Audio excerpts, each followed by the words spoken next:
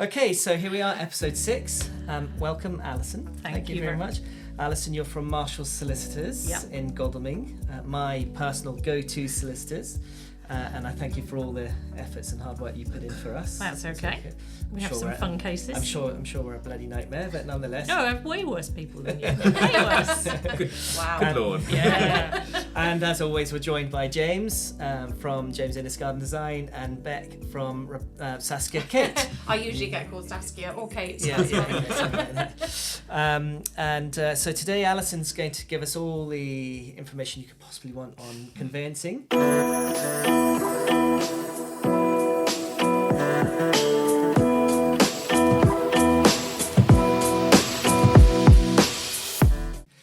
Because you've got years of experience in this business. I was trying to work out this morning how long I've been doing it, and it's depressing. Did you go through law school, or how did you do it? No, I started off working for a bank, first of all. I worked for a Royal Bank of Scotland at their stock exchange branch. So that was how I started. Was that in London? In London, at the stock exchange, and I worked for them. Then I worked for a Canadian bank, and I did legal type work, litigation type work within the bank, and one of the outside solicitors that we used suggested that I might like to train. So I did it while I was working. So that's how I got into it. Yeah, interesting. And do you, because you didn't do the university route, is it the same process in terms of length, or is it? It's because you're a qualified solicitor as opposed to a conveyancer. No, I'm a chartered legal executive. Ooh. Or a fellow of the Institute of the Chartered Legal Executives, which is a bit of a mouthful. So what's the difference between that and a conveyancer and a solicitor? A conveyancer is just anybody off the street. It's no qualification. Never been in my life, if I'm honest. Yeah. A licensed conveyancer is qualified, but only in residential property. A chartered legal executive and a solicitor are trained in all aspects of law, and then we generally specialise in one or two areas once we're qualified. And we have to go through, once you've done your exams, you then have to go through a 2-year on-the-job training process, and then you qualify once that's over. And is there any significant difference between your role and that of a solicitor? No, we did the same job. in our firm. You don't automatically have the same rights of audience in court as a solicitor does straight away if you're a chartered legal executive, but you can get those rights of audience if you're a litigator and qualify that way. So I personally would say, as someone who uses solicitors, conveyancing solicitors, day in, day out, and for we have to work hand in hand so often that if one of my clients wants to use a bog standard conveyancer who's charging 300, 500 quid, I won't work with them. no, because you will get exactly what you pay for if you go to. I mean, those sort of firms they're referred to in the industry as conveyancing farms, because essentially it's a big call centre full of unqualified people processing the file, and then it gets reviewed at the end. And you're not one of a number. You are a number. You're not an individual. So you won't get the same person dealing with your case each time you want to know what's going on. Yeah. And if there's a problem, it's a nightmare. It's like calling a call centre trying to get through, and it is a nightmare. So don't do it, is what I'm saying. And I don't care if they have a go at me for this, because actually my experience is a nightmare. And quite often they're not cheaper. No. You're getting an unqualified person dealing with the biggest thing you will purchase in your life. And is that where you want to spend your money? Yeah. And how aware is the average They're not. person? They look at the price. Because I think, there must be a lot of education that you have to do around what you provide and the difference between yourself and a It'll probably be set out in the first official letter they get from the firm they've instructed, but by that time they've already instructed them and they're already down the road. It's usually those type of firms have an arrangement with estate agents, and the estate agents get paid for referring to them, and that's how it happens. Because they don't get repeat business. Yeah. Whereas you don't pay commissions. We don't. No, we refuse to do it. But I might get a gift of a bottle of wine. Well, actually, you know what? This year you gave me 6 bottles of champagne. Yeah, Night Timber, better than champagne. Yeah, I mean, it was like... You get them socks next time. Yeah, you get Watsits. Socks and Watsits. Actually, I think that's quite an interesting point, though. I just want to sort of talk about that quickly because that's something that I feel quite passionately about. And in the industry, there is such a broad sort of approach to commission and how people deal with that, whether they take commission, whether they don't. I mean, for interiors and working with estate agents and buying agents and contractors, architects, some people will take commissions. Some people, I don't think it works. It's not right. It becomes unethical, and I think it, who are you working for at the end of the day? Exactly, yes, exactly. Because if I've paid an estate agent to get somebody to instruct me, the estate agent feels they can tell me what to do, and that's why we won't do it. We do get asked on occasion to do it, and then you'll find the referrals from that firm of estate agents dry up when you say no. But so you're no longer working in the best interest of the client. Exactly. Yeah. Yeah, that's right. And as a, we've slightly covered this, but as a working in a solicitor's firm as opposed to a conveyancing firm, when I give business to you, it's you that does the work. Occasionally you might be on holiday and Louise does it. Yeah. But she will always refer to you. It's you that does the work. So it's so important.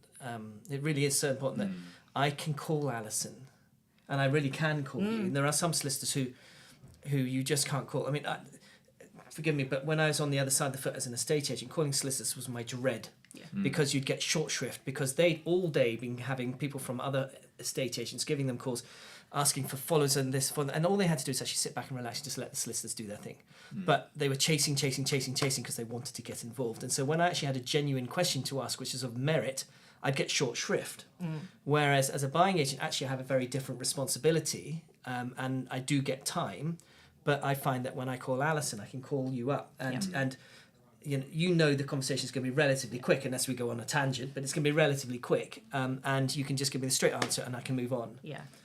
And what we try and do as well, because it takes up our time if estate agents are calling us, it takes up your time if you don't know what's going on and you're calling us. So unless there is something deeply confidential in an email I'm sending, then I'll copy the agents in, because then they know what's going on and they haven't got to ask me. Yeah. Now, I can remember going back probably even decades now, the name of conveyancing solicitors I've used, and I can remember them because they were terrible. Yes. I can remember the name of conveyancing solicitors I've used decades ago, and I can remember their first name because they were amazing. From your perspective, what's the difference between someone who you remember because they were so bad and for someone that you remember because they were so good and you've used 3 times since?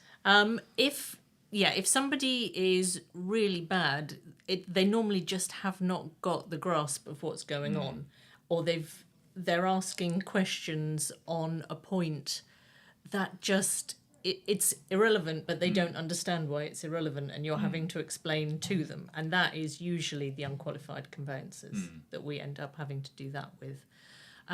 So that's why that I tend to have. There's a few solicitors and that if I get conflicted out on a case, and what that is we can't act on both sides of a transaction, because if they come to blows, then it's like, okay, we can't do this anymore.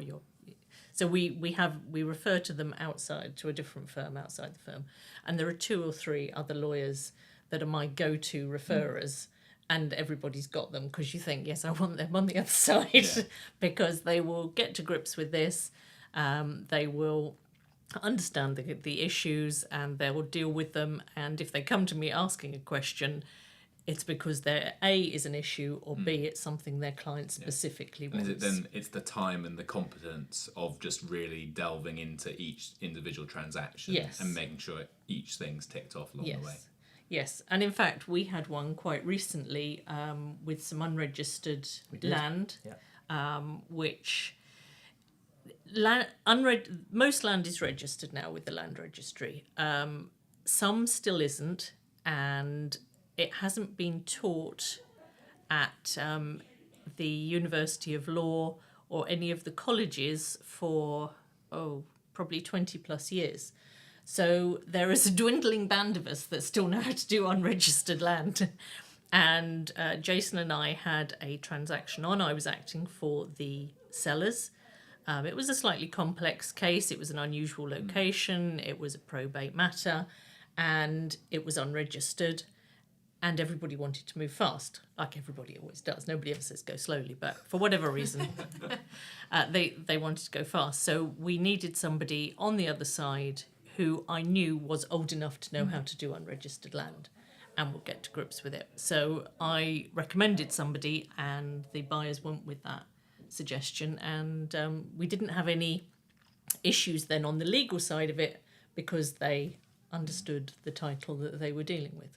So But why would land be unregistered? I mean, it just what hasn't circumstance- changed hands since compulsory registration came in. The last counties to go into compulsory registration were Hampshire was our nearest one to here, Suffolk, a couple more up further north. So if it hasn't changed hands since 1986, which there's still some, then it won't need to have been registered because it's only becomes compulsory to register it once it changes hands. And we probably all experienced different things when going through property transactions, but even my favourite conveyancing solicitor, who was amazing, when we bought our most recent house, it turned out that actually we didn't technically own the land the drive was on, which was a little That bit, happens. which was unfortunate, and that caused a certain amount of stress at the time. And I suppose then when there's so many complexities for so many different properties, even relatively simplistic properties at first glance, there's always the risk of something being missed.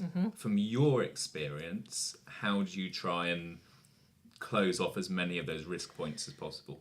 I try and get my clients to check the plan very, very early on, so that if they say, okay, this doesn't look like what we've seen, there's another bit of land, no, we have to go down the driveway, I know that straight away.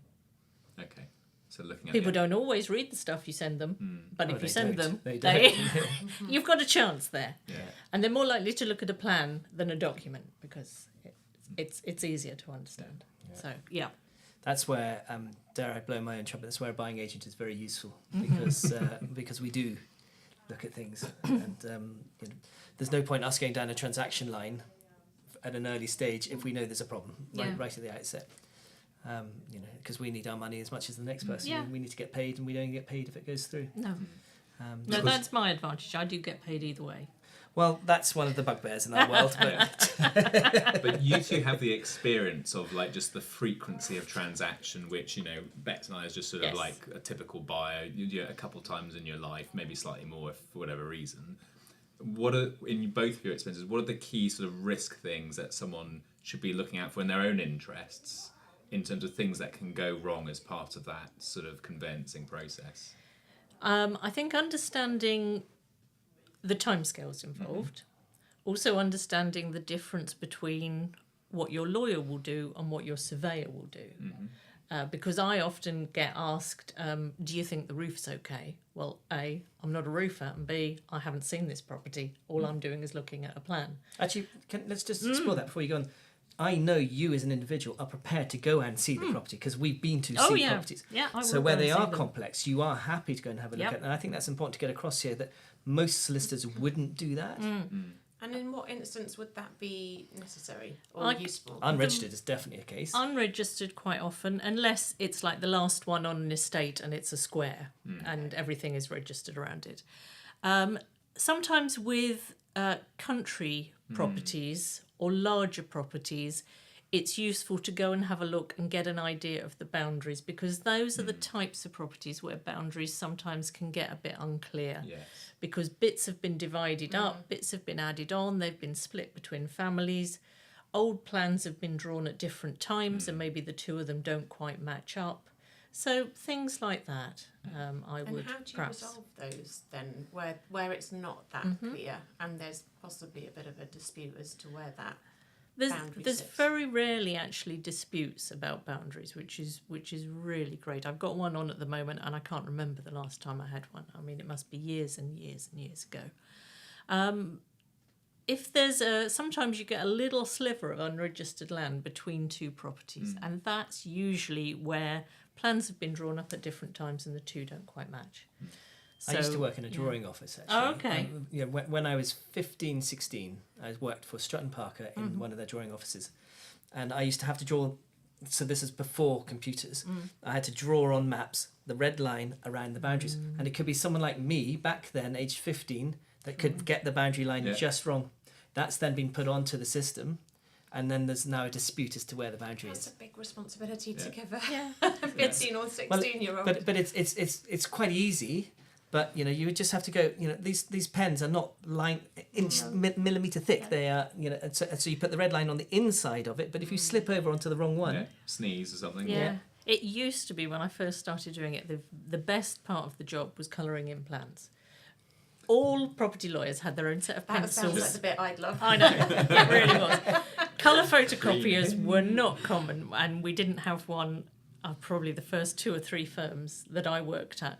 So you'd quite happily sit there colouring in your plans, and it was great. And now, on the rare occasion I or any of my colleagues get to do any colouring in, because we all still have our pencils just in case, you tend to take a picture and WhatsApp it to all your lawyer friends, go, look, I'm doing colouring in today. And honestly, it was the best part of the job, doing the colouring in. But it actually made you look at it carefully, though. So you actually it's probably and actually quite a good you process. quite often had to sort of do the drive in blue and the field in green, and to differentiate different did you do parts. different colour fields depending on the crop at the time? Sadly, No, that was always green, was it? Yeah, Always grass. Always that. Yeah. So that used to be the best part of the job. Yeah. So if you would, we just were in podcast 5, which we've just done. We had Lewis from Davies Estate Agents, where we're sitting there, and we asked him, what would he like to see, and I agreed with him, change in the process. And of course, it would be the amount of time between a sale being agreed to completion. Now, obviously, the exchange to completion, that's all about removals and all and time that people want. But there's an awful long time between a sale being agreed and exchange for matters which are outside all of our control. Yes. I would like to see surveys being done prior to being done by the seller, but the survey was relevant to the house. It wasn't on the owner's responsibility. In other words, it could be moved. At the moment, the survey is done, and the liability on the insurance rests with the person who asked for the survey.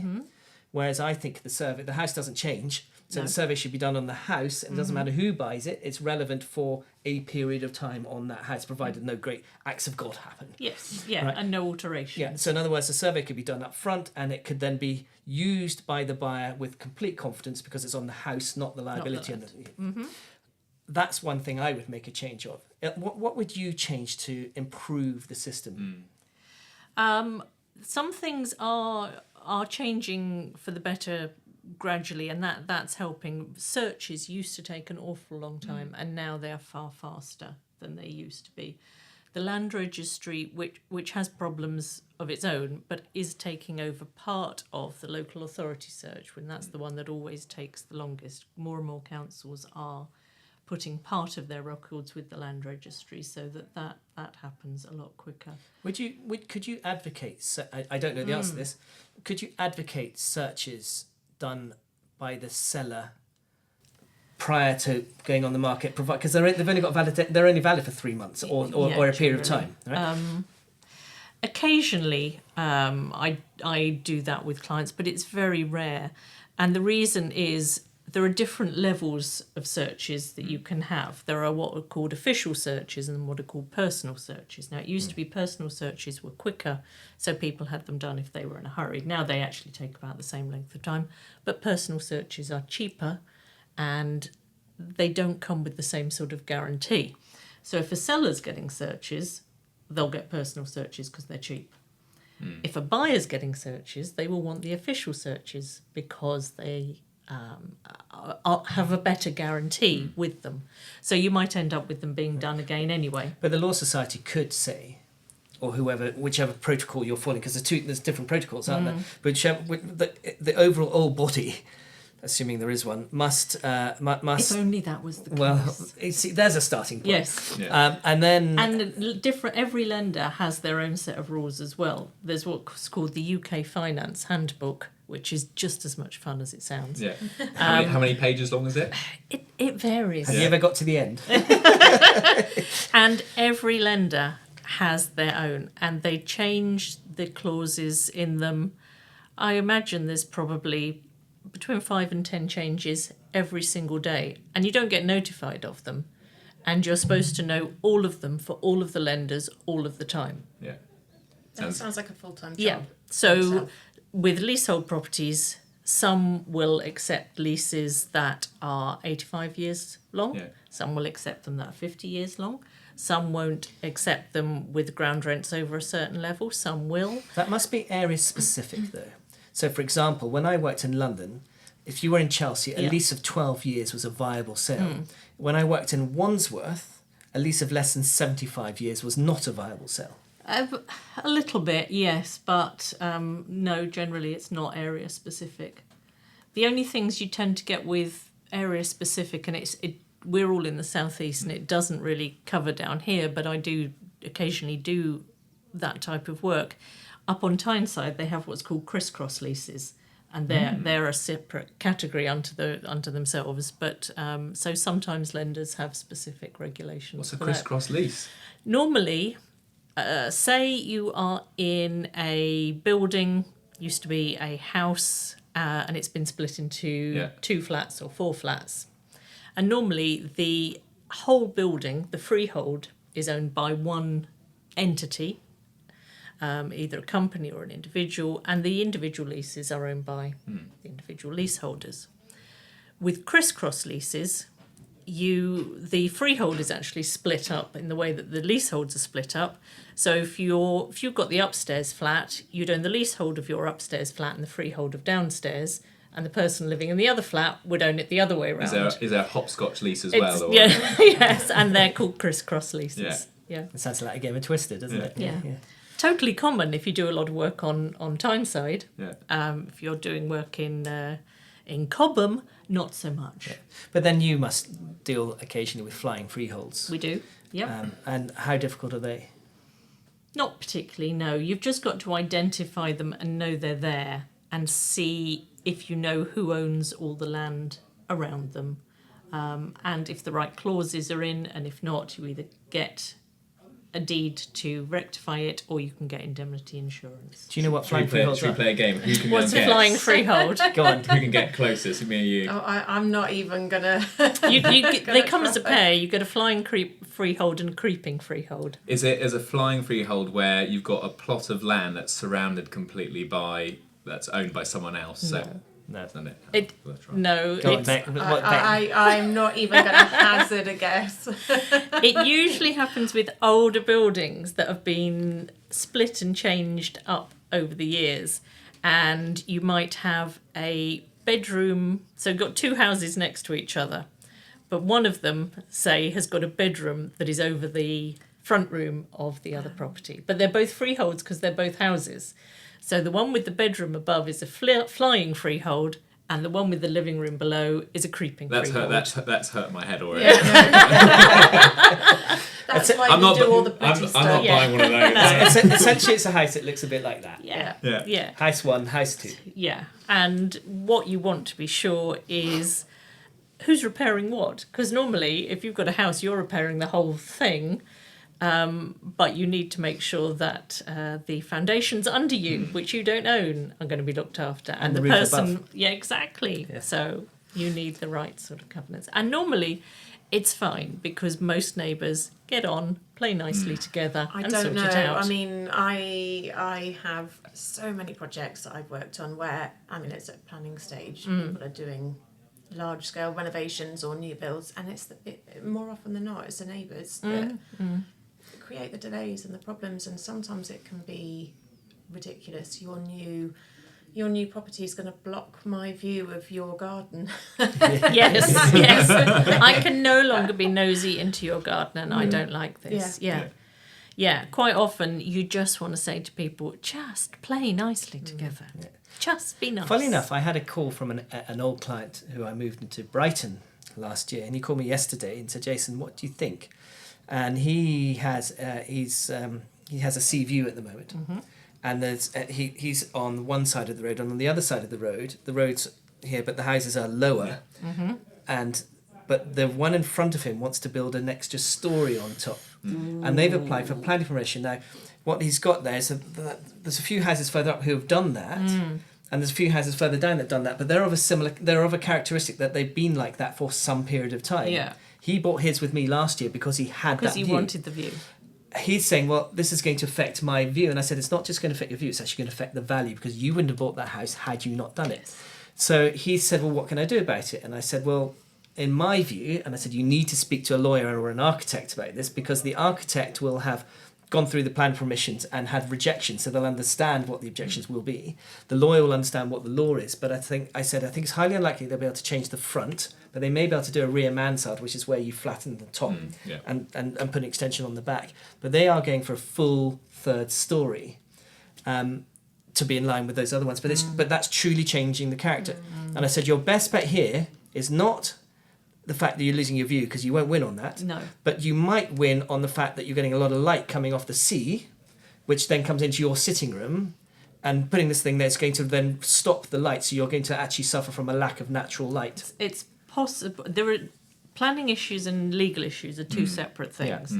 The planning issues will depend on what the local planning rules are.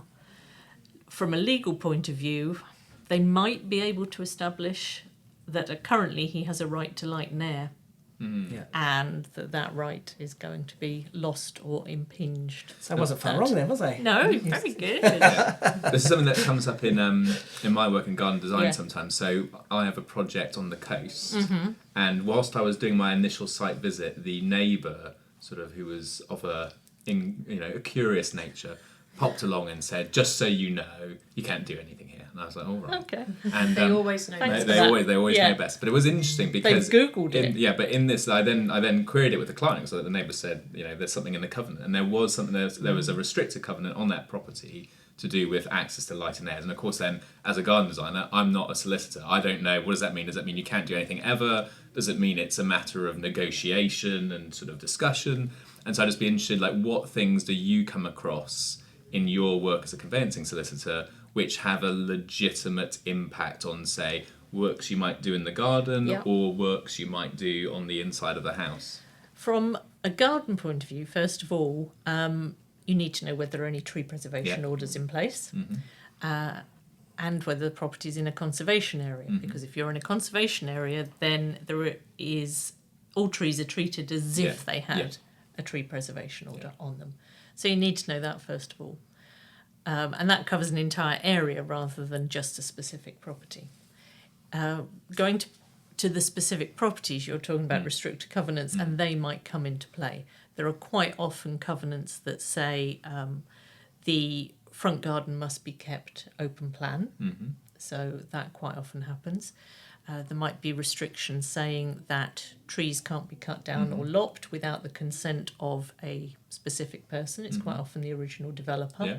Or if a larger property has been split into two and a new property has been built on the second bit, it might be the person who owns the original property that they want consent. There are sometimes hedging and fencing restrictions and obligations that say you have to have a fence of a certain type and a certain height in a certain position. So that's quite common as well. I've actually come across as well a friend's property actually where they're not allowed to have chickens. Yeah. I mean, that is not even something I would ever have considered. It's very common in, it's particularly the newer properties, new build properties, to say only domestic pets. I act for one developer, and we have the cockerel clause in the lease because, like I say, it's very common to say no chickens. But my client, this developer, likes chickens. So we allow chickens, but we don't allow cockerels. So that's quite common. Older properties quite often say no pigs. Yes. Yeah, yes. that's But quite do common. these covenants, because like for example, for the one I was working on, and it's ongoing project, like these were clauses that were put together in 1953 or whatever. But do they actually ever get enforced? Does it come down to like a neighbour knowing about it? So I was going to ask the same question, but they've got to be reasonable, surely. No. But they can be challenged, can't they? Sort of, but you have to go through the land tribunal, and that will cost you tens of thousands of So it has pounds. to be something and you're take really a long passionate time. And are they indefinite? Yes. So you can put in a completely unreasonable clause, and 300 years you can be laughing away in your grave, thinking, ha ha ha. Isn't that funny?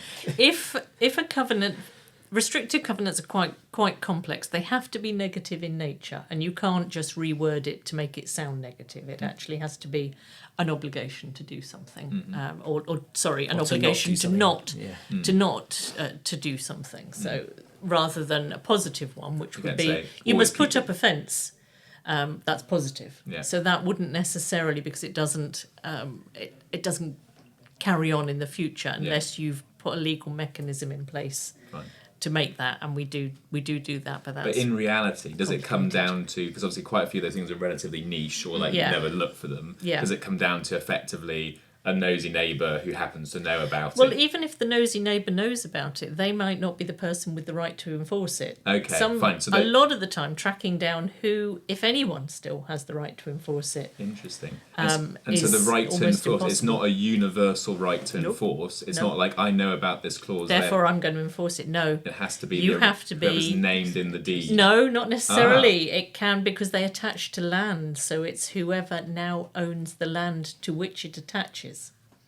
Fine. So that could be quite complicated. It is quite complicated, which is why you will quite often find that people get indemnity policies which will pay out in the event that someone comes forward and tries to challenge it and say, you've breached it and I want it put back. How often indemnity policies ever used? I mean, as in pay out. Pay out. I have been doing this for 29 years. I have yet to make a claim on indemnity policy. So it's insurance companies making money, isn't it? Yeah. But it's peace of mind that if in theory, but just never, no one's ever. Yeah. Which either shows there wasn't really a risk, or that you're never going to get your indemnity. The other thing is, quite carefully when I move and I get my peacocks. Yeah. If you breach an indemnity, if you breach a restrictive covenant for more than 20 years, then it's considered to be waived. Okay. So there is a bit of a get-out clause. So in my clause. house, I'm not allowed to shoot the local lord's pheasants and partridges. Yeah. But you can shoot the local lord. Right, that's not a different law, and it is generally frowned on. Yeah. But if I can show evidence that I've been shooting them for 20 years and no one's complained, then it becomes de facto, Possibly. Depends how it's worded. This podcast is going to go down well with the vegans. They're very welcome to write to me. What quite often happens, so one that I was looking at this morning, for example, a large plot of land back in I think it was 1922, and it was sold off to have a house built on it. Fine, the house was built on it, and then in 1970s that house was knocked down and a small housing estate was built on it. There's now, I think, 25 houses there. When it was sold back in 1922, the person who sold the land put a restriction on it saying one dwelling house only. That's quite obviously been breached by this 25 house estate. But they were put up in 1973. More than 20 years have passed. It's not a breach that's been hidden. It's quite obvious. The houses are there. So we can consider that waived. So for everyone watching and listening, one of the questions I get asked a lot is, how do solicitors actually exchange or complete? I know the answer to this, but can you explain to us how does this happen instantly? It's a bit magical. It's sort of like someone does like dance and a it's handshake. Probably a little bit disappointing if you actually see us do it. We do it over the phone. Yeah. So I will be on one end of the phone. You can do it in person. I think I've probably done it 5 times in person.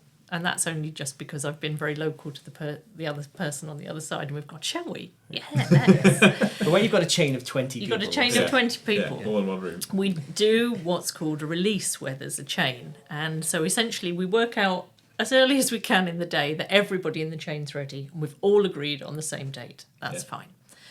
Person at the bottom of the chain, so the bottom seller, who's just selling theirs, sort of buying the next one on, their solicitor will ring the next person in the chain, and they'll go over the terms of the contract very briefly. You'll read the names out to each other.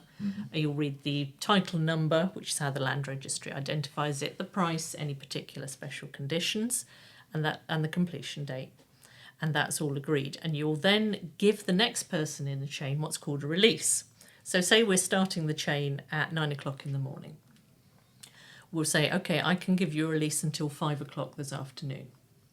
That the next person in the chain will do the same thing with the next person up the chain, but they will only give a release until, say, 4:45. You generally go down in increments of 15 minutes. This is a bit Chinese whispers, I know. isn't it? And then you go, and once I have given that release, my client can't pull out. They haven't actually exchanged it, but they can't pull out. So we're on a release. And you go up to the top of the chain, and the person at the top of the chain, they're not going any further. So they will do a full exchange, and you'll read the details out to each other, you'll agree it, and then you'll agree, okay, we say the magic words, and we're done, and that means you've exchanged. Yeah, And So it's not the money transfer. No, it's very much not the money transfer. And you agree a time and a formula, because there are 3 different types of exchange of contracts. We almost always do what's called a Formula B. And we write the time we exchanged, the Formula B, and the names of the 2 parties. And then that exchange is done. I'm exhausted just hearing that. And then it goes back down the chain with everybody being done it, but you have to get it done by 5 o'clock, which is the person and these at are the the phone bottom calls of and the they chain. actually pick up. It's a miracle. Well, this is the other question, because so often exchanges are done on a Friday, or completions are done on a Friday. Completions are often done on a Friday. And which I've never got, because if the money doesn't come from the bank on time, or there's a problem with the money's being moved, then you can't complete on the Saturday and Sunday, Nope. because some solicitors in that chain will not make themselves available. Well, you can't move money on a Saturday. You just can't do it because It's funny, because on a personal level I can on a Yes. Saturday and Sunday, but it's only up to a certain amount. exactly you can't move enough to do a completion. This was a problem recently with one of the banks that went Yes, down, wasn't it it? was. And It does. So that. many exchanges We and had, completions. It's okay for exchanges because the money doesn't move. Then the money is moving at completion. What we try and do, But on a Friday, quite often on an exchange, as solicitors often out having a long lunch or playing golf. wouldn't that be lovely? Yeah. Well, you clearly I- don't, Alison. Clearly, you're at your desk, like you are right now, working hard. Whereas there have been multiple occasions where I've tried to get hold of a solicitor on a Friday afternoon. I'm They're sorry, not they're not there. in today. Yeah. Yeah. What we try and do, networking. and what most firms try and do, is have all of the money in by close of business the day before, including the mortgage money. Yes, you will get charged next day's interest on your mortgage. But it's worth it. I don't That's care. gonna be Suck it minimal up. compared Suck to- it up for the peace of mind. And completions all have to be done by 2 o'clock because that is the time in the contract. And if they're not, technically you're in breach of contract. Now, most people will let it go on after that, and that's fine. But it does happen. We had one with I think it was Lloyd's that went back down a couple of weeks ago on a Friday, and the money couldn't be moved, and you've got people, and they're removal people in their vans sitting there outside the property. The money can't be moved. 5 o'clock comes, the removal guys go home, and you're stuck there, and you're trying to sort it out for people. Generally speaking, people will be reasonable, and we do what's called being allowed in under a license. Yeah. There are part of this contract. There are 2 pages of immensely small typing. This is the bit that nobody ever reads, with good reason. It's very, very boring. But in there is a license to occupy for situations like this. If the money can't go through, they go in on a license until the Monday, and we complete on the Monday. But if it only needs one person in the chain to say, no, I'm not doing that, they don't have to agree to it. And But then, in theory, if you have because I think we know someone who was in a similar boat, and actually, if everyone was just being humane about it, Yeah. and the solicitors all know to ask for that, then you could still at You least could still- I guess practically yeah. make it happen. Comes Yeah. down to how good your solicitor is. Yes, and yeah, how trusting. and everyone if is. they, and that's another thing. It sounds like I'm bashing these conveyancing firms all the time. No, please do it. I will. Yeah. I will bash them. But they yes. probably don't understand the terms of the license and how it's going to work, so they're going to have to get it referred to somebody else because there will We're be very a keen couple for of bashing It's it, such, and it's such a risk, and it's such It a is. false economy Yeah. when you're dealing with something so. Otherwise, you're going to the travel lodge for the night. Can if you allow someone that license, can they withdraw from the completion? No, They're locked in no, at that they're point. locked in. Because it's not unknown for someone not to complete. It's pretty rare. Yeah, it's very rare. It's happened to me Very rare. 3 times in 37 years. But it does happen. It's probably happened to you more than 3 times in 37 years, but it's happened to me 3 Yeah, times. probably about that. Yeah. So the risk is very, very low. But once you've very, given very them that low. license to move in without the money moving over, effectively they have completed, just the money hasn't been moved. Kinda. Yeah. From the way they look at it, they would look at it that way. Yeah. They can't start squatting then or something. Yeah. Well, the worst thing is that as a buying it, as an estate agent as I was, I would be very, very anti allowing someone to rent a property prior to exchange because it's try before you buy, which is lethal. Because, you know, with any property, you move in and there's things you don't like. Now, if you owned it, you deal with it. You man up and you deal with it. Yeah. Whereas you try before you buy, there's good reason not to go ahead with it. Or negotiate. Yeah. Or they stop paying the rent, they decide not to buy and they won't move out, so you've got to go through the court process to evict them. Yeah, and you can't then put it, because you will agree with me that actually having a tenant in a property prior to exchange is a nightmare. I will not exchange contracts if the tenant is still in occupation. Yeah. Interesting. That's And that's simply because you can't sometimes guarantee you completion. can't guarantee they're going to go. Yeah, No, so I won't do that. that's very interesting. So, fun topics. Worst kind of client, best kind of client. Worst kind of clients are probably Buying agents. even worse than that. They're probably other lawyers who practice in different fields Different because forms of they law, yes. think they're experts. I'm acting for They a don't recognise they're not, which is not. shameful, isn't it? I'm acting for a litigator at the moment, and it is not a fun experience. You do know this is going out. Would you like that edited? I'm acting for an aviation lawyer at the moment, and it's not a fun experience. I think a small amount of knowledge is sometimes worse. So, you know, you think you know more. because than they you do. remember what they did in college 25 years And it's ago, changed and so it's far all from relevant. Yeah, I did actually have somebody as well. It wasn't a lawyer. It was somebody who worked for a developer, and I was explaining that a restrictive covenant on the land they were buying to develop meant they couldn't do what they wanted. And they said to me, look, I think you're wrong about this restrictive covenant, and I have an O-level in law. And I did think to myself, well, I don't have an O-level in law, so you are ahead of me there. You can't even spell law though. So. Wow. Yeah, I have. But an I have people O-level. say that things like that to me. They say, "Well, I bought lots of houses, so I know what I'm doing." oh, I yeah. think, well, I Yes. think too much knowledge can be even worse. I was Yeah. I was a rugby coach once, a rugby referee, and child playing went straight into the elbow of someone else, fell flat on the floor, got up, and was like swaying about. It was so obvious a concussion. And his father came up to me and said, "He must play. He's fine. I'm a brain surgeon." And I just literally, anyone could just see this poor kid had just been knocked It's out not cold well. and need to go to hospital. And it's just either you're literally my making this goodness. up, or Yeah.